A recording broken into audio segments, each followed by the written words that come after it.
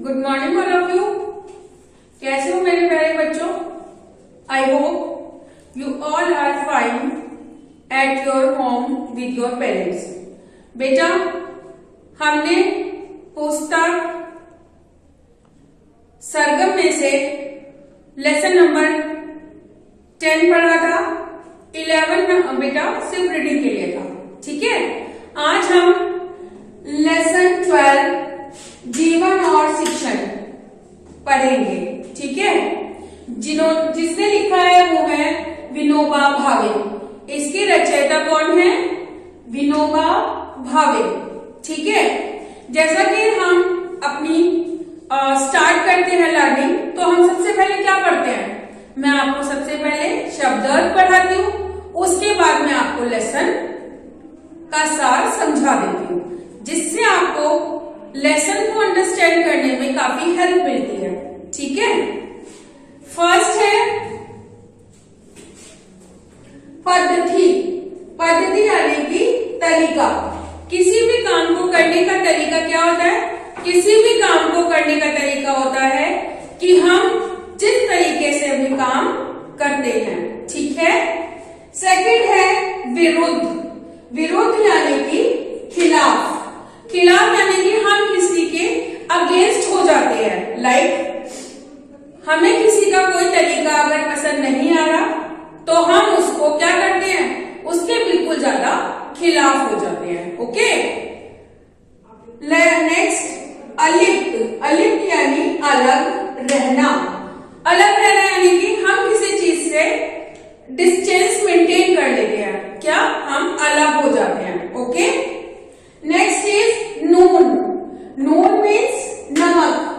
बेटा, आप लोग खाने में, रायते में, हर चीज में हम नमक का इस्तेमाल करते हैं, ठीक है। तो उसको क्या कहते हैं? नून। नून मीन्स नमक। नेक्स्ट है चिंताग्रस्त। चिंताग्रस्त यानी कि चिंता में डूबा। आपने कई बार अपने पेरेंट्स को देखा होगा, जब आपके एग्जाम्स आते हैं, ठीक है, तब आपके पेरेंट्स बहुत ज्यादा चिंताग्रस्त हो जाते हैं, यानी कि वो चिंता में डूब जाते हैं, ओके। अब है सुलभ। सुलभ यानी कि आसानी से मिलने वाला। आपको आसानी से क्या क्या चीजें मिल जाती हैं? जब आप घर जाते हो तो आपको आसानी से बहुत जल्दी मम्मी कहती है बेटा खाना खा लो, या आपको आपके टीचर पढ़ा रही है तो आपको क्या मिल जाता है? आपको सिलेबस मिल जाता है कंप्लीट, जिससे आप अपने एग्जाम्स की तैयारी करते हैं, ओके। नेक्स्ट है जड़। जड़ यानी कि बेजान। जड़ क्या होती है बेटा? रूट्स। रूट्स यानी कि हम पौधा जब लगाते हैं, जब वो मिट्टी से अपनी जड़ पकड़ लेता है तो क्या उसकी जड़ें मजबूत हो जाती हैं, ओके। नेक्स्ट है निष्काम। निष्काम मीन्स जहां किसी चीज को पाने की इच्छा ना हो, यानी कि हमने कोई काम किया, सीधा सीधा तरीका है कि हमने कोई काम किया और हमने उसकी फल की इच्छा नहीं की। मैं आपको नेक्स्ट क्या कराऊंगी? नेक्स्ट मैं आपको इस लेसन को रीड कराऊंगी, जिससे आपको इस लेसन में क्या चीज है, क्या कहानी है, क्या पात्र है, वो मैं आपको समझाऊंगी। बेटा, इस पाठ का उद्देश्य है कि बच्चों में विवेचनात्मक सोच संबंधी कौशल विकसित करना होता है, ठीक है। अपने अनुभवों का सकारात्मक मूल्यांकन आप लोग कर सके, ठीक है। अपने विचारों को दूसरों के सामने व्यक्त कर सके, ठीक है। इस पाठ के रचयिता इस निबंध में जीवन और शिक्षण के आदर्शों के बारे में प्रस्तुत कर रहा है, क्या? अपने विचार, ठीक है।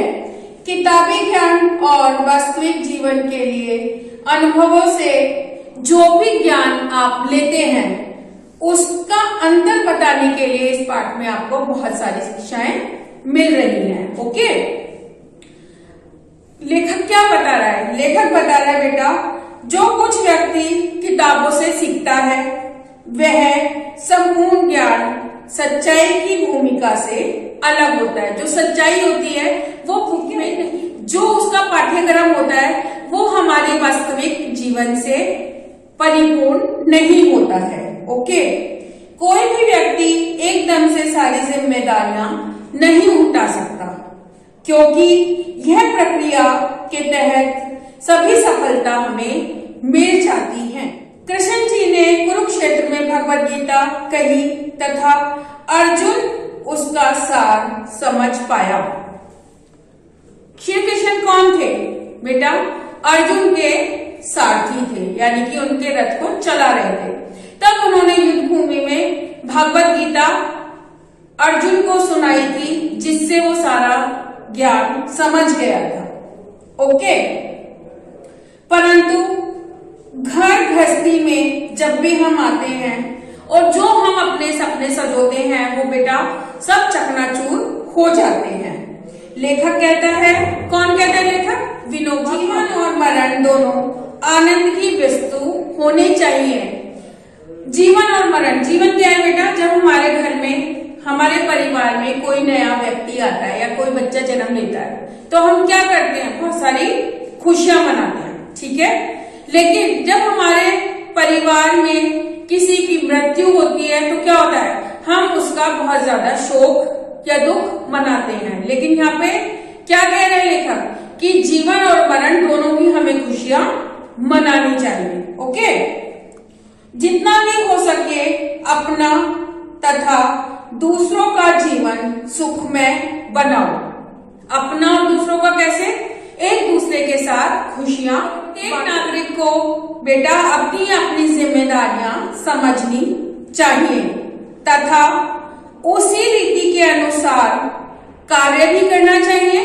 कार्य मीन्स जो उसके अंदर आते हैं कार्य, वो बहुत ही अच्छे तरीके से कार्य करना चाहिए, ताकि जीवन की ठोकरें खाने के बाद भी वे अपने किताब से जो भी उसको, किताब यानी कि यहाँ पे आप बेटा समझ लीजिए आपकी एजुकेशन, आपकी एजुकेशन से जो भी आपने सीखा है वह आप अपने जीवन में धारण कर सके। ठीक है, अब आप मुझे ये बताइए, मैंने आपको ये पाठ पढ़ाया, आपको क्या शिक्षा मिली? बेटा इस पाठ से हमें यह शिक्षा मिलती है कि हम एजुकेशन लेने के बाद भी अगर हम उसको अपने जीवन में नहीं ऑब्जर्व करते हैं या उसको धारण नहीं करते हैं तो हमारा जीवन बेकार है। ठीक है, तो पाठ का नाम था जीवन और शिक्षण, लाइफ एंड एजुकेशन। ठीक है, हमारी लाइफ क्या है? हम जो जीते हैं, ठीक है, जो हमारे साथ घटनाएं घटती हैं, हम दुख मनाते हैं, हम खुशियां मनाते हैं वो, और शिक्षण यानी कि किताबों से जो भी हमें शिक्षा मिलती है। ठीक है बेटा, हमारा यहाँ पर ये लेसन कंप्लीट होता है। ठीक है, अब आपको इसका अभ्यास कार्य अपनी उत्तर पुस्तिका में यानी कि कॉपी में, हिंदी सरगम की कॉपी में करना है। ठीक है, नेक्स्ट लेसन मैं आपको आपकी नेक्स्ट क्लास में पढ़ाऊंगी। Okay, have a nice day.